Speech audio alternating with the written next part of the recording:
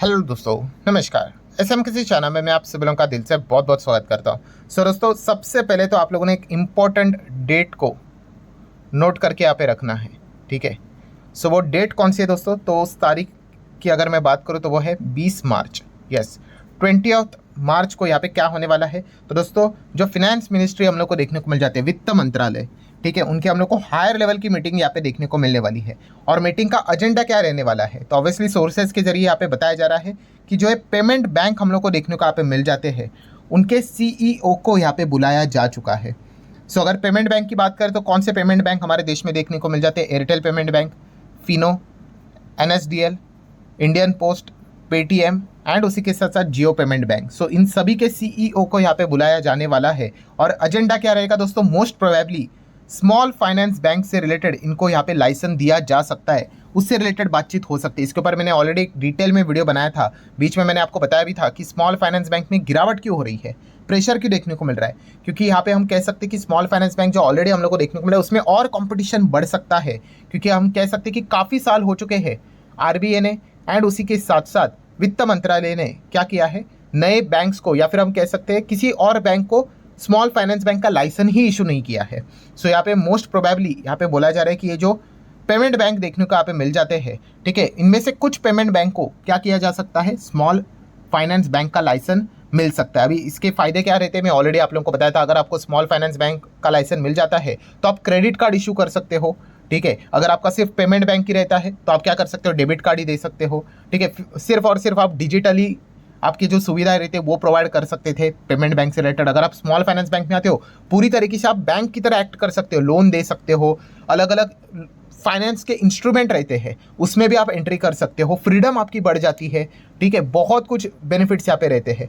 Definitely हम कह सकते हैं इन 6 पेमेंट बैंक का भविष्य आने वाले समय में हम लोग को पता है यहाँ पे चलने वाले। अभी इसमें देखा गया मार्केट में तो फिनो पेमेंट बैंक खुद से लिस्टेड है, आप चाहो तो उसको स्टडी कर सकते हो। एंड इनडायरेक्टली कौन है, तो एयरटेल का शेयर मार्केट में है तो एयरटेल पेमेंट बैंक को स्टडी कर सकते हो। पेटीएम का भी शेयर है तो पेटीएम पेमेंट बैंक को देख सकते हो। जियो फाइनेंस भी है, जियो पेमेंट बैंक आप सभी लोगों को पता है एसबीआई से पूरा 100%, मतलब जितना भी स्टेक था वो लेकर पूरा 100% होली ओनेट सब्सिडरी बना के रख चुके हैं, ठीक है। एनएसडीएल एंड इंडियन पोस्ट ये फिलहाल तो मार्केट में देखने को नहीं मिलते, इनडायरेक्ट वे में भी, ठीक है। तो इसलिए 20 तारीख ये एक बहुत इंपॉर्टेंट दिन यहाँ पे होने वाली है, इसको यहाँ पे जरूर नोट करके यहाँ पे रख लेना, ठीक है। देख लेते हैं अभी क्या आउटकम निकल कर यहाँ पे आता है। अगर ऐसा हुआ तो स्मॉल फाइनेंस बैंक में हम लोग को बहुत बड़ा भूचाल देखने को मिल सकता है, बिकॉज काफ़ी हैवी लेवल का कंपटीशन देखने को मिल सकता है।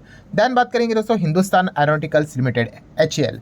एचएएल की बात करें तो 3 खबरें देखने को मिले। सबसे पहले जो लोग यहाँ पे पूछ रहे सर एचएएल में यहाँ पे हम लोगों को कुछ फ्रॉड होते हुए देखने को यहाँ पे मिल गया है कि कुछ तो ईमेल से रिलेटेड हम लोग को चीज़ें यहाँ पे होते हुए देखने को। साइबर फ्रॉड की अगर हम लोग बात करें, ठीक है, उन्होंने ऑल्टर किया ईमेल एड्रेस को एंड इस चीज़ के चलते एचएएल को 55 लाख का नुकसान हुआ है। 55 लाख का नुकसान देखा गया एचएएल के, ये क्या बड़ा है क्या मॉनेटरी वे से?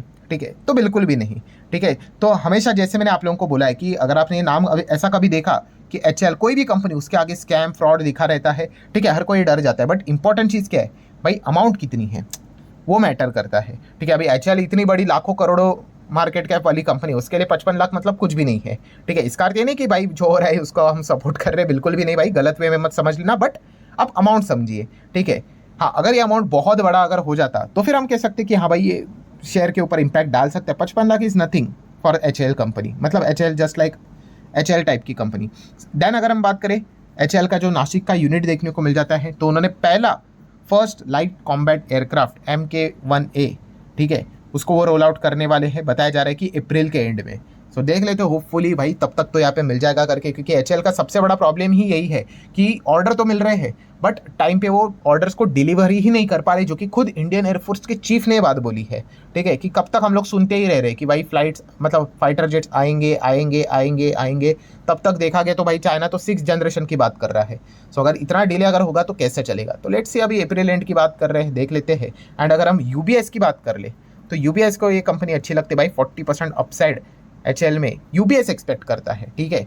मैंने एक्सपेक्ट कर रहा हूँ भाई यूबीएस के यहाँ पे बात मैंने आप लोगों के सामने रखी है। चलो देन अगर हम लोग बात करेंगे दोस्तों तो इरकॉन इंटरनेशनल,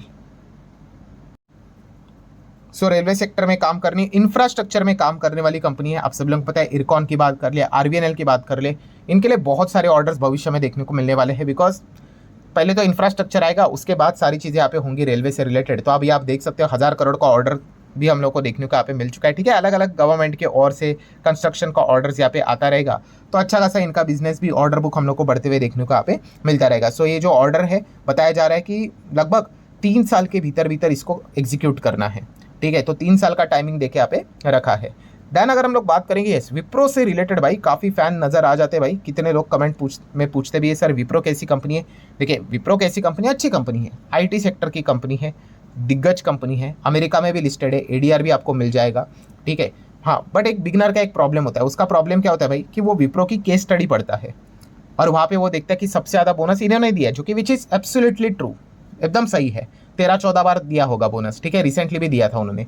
सो वो क्या एक्सपेक्ट करते हैं कि भाई हाँ अभी ये 13-14 बार ये बोनस यहाँ पे दिया है तो भविष्य में भी ऐसी चीज़ें चलती रहेंगी। तो ऐसी कोई गारंटी नहीं होती है भाई, ये मैंने बहुत बार आप लोगों को बोला है।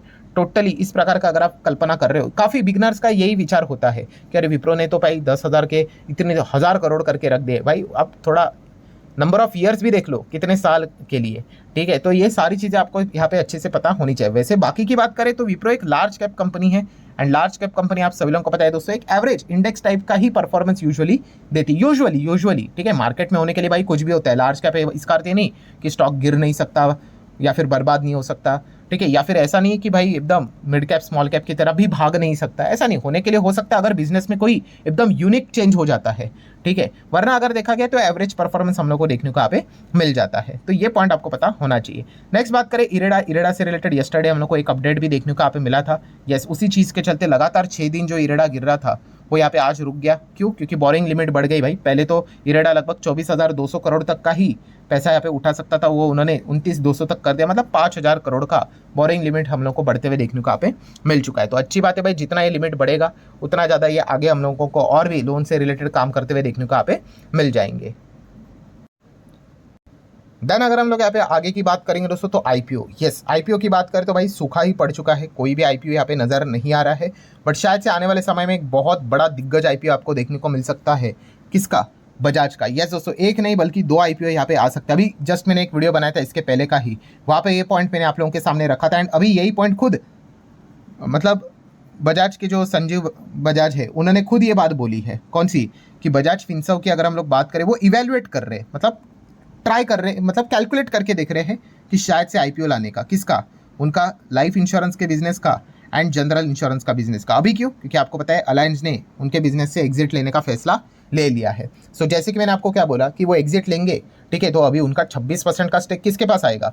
बजाज ग्रुप के पास आएगा, ठीक है। फिनसर्व तो पूरा नहीं रखेगा, बजाज होल्डिंग भी रख रहा है, ठीक है। उनकी जो दूसरी मतलब प्राइवेट कंपनी है वो भी अपने पास स्टेक यहाँ पे रख रहे हैं, जमनालाल सन्स की अगर हम बात करें तो, ठीक है। बट प्रॉब्लम यहाँ पे क्या हो रहा है कि कंपटीशन कमीशन ऑफ इंडिया उनका अप्रूवल चाहिए, IRDAI का अप्रूवल चाहिए। अगर उन्होंने अप्रूवल दिया तो फिर शायद से हम कह सकते हैं कि शायद से आईपीओ ना आ जाए, ठीक है, फिर कोई दिक्कत नहीं। बट अगर उन्होंने अप्रूवल नहीं दिया, ठीक है, तो फिर डेफिनेटली हम यहाँ पे कह सकते हैं कि शायद से वो क्या कर सकते हैं, इन 2 कंपनीज़ को मार्केट में यहाँ पे आईपीओ के थ्रू लिस्ट करवा सकते हैं, ठीक है। तो इंश्योरेंस से रिलेटेड अगर हम लोग बात करें तो माइट भी आने वाले समय में बजाज ग्रुप का भी रिसेंटली हम लोगों ने देखा था, बजाज हाउसिंग का आईपीओ एकदम मालामाल करके रखा हुआ था, ठीक है। जिन्होंने भी अप्लाई किया होगा अच्छा खासा पैसा यहाँ पे उनका यहाँ पे बनाई होगा लिस्टिंग गेन के हिसाब से अगर मैं बात करूँ तो, ठीक है। मेरा तो बना था यहाँ पे अच्छी तरीके से, ठीक है, एंड काफ़ी बड़ा आईपीओ था वो, तो इसलिए हर किसी को यूजुअली मिला था। सो लेट्स सी अभी बजाज फिनसर्व का आईपीओ यहाँ पे आता है। फिनसर्व का मतलब इंश्योरेंस से रिलेटेड आईपीओ आता है भी या नहीं, बोल के तो रखा है भाई कि इन दोनों का आईपीओ यहाँ पे ला सकते हैं करके, फाइन। देन अगर हम लोग बात करेंगे दोस्तों तो FIS-DIS एक्टिविटीज़। सो FIS-DIS एक्टिविटीज़ की बात करेंगे तो यस आप यहाँ पे देख सकते हो थोड़ा सा यहाँ पे हम लोग को चीज़ें बदलती हुई देखने को मिल रही है। कुछ जगह पे आप यहाँ पे देख सकते हैं 700 करोड़ की नेट बाइंग FIS की ओर से देखने को मिल रही है। तो कुछ जगह पे आपने देखा होगा कि 1000 करोड़ के आसपास की बाइंग हम लोग को 1000-1500 करोड़ के आसपास की बाइंग देखने को यहाँ पे मिल रही है, ठीक है। थोड़ा डेटा हम लोग को चेंज होते हुए देखने को मिल रहा है, पर दोनों डेटा में एक चीज़ कॉमन है। कौन सा? कि यस लगातार लाल लाल निशान देखने के बाद हम कह सकते हैं कि काफ़ी दिनों के बाद एक हरा निशान हम लोग को देखने को यहाँ पे मिल चुका है FIS की ओर से, मतलब उन्होंने बाइंग करके यहाँ पे रखी है। सो ऑब्वियसली इस चीज़ को क्या FIS की वापसी बोलेंगे तो ऐसा बिल्कुल भी नहीं होता है, ठीक है।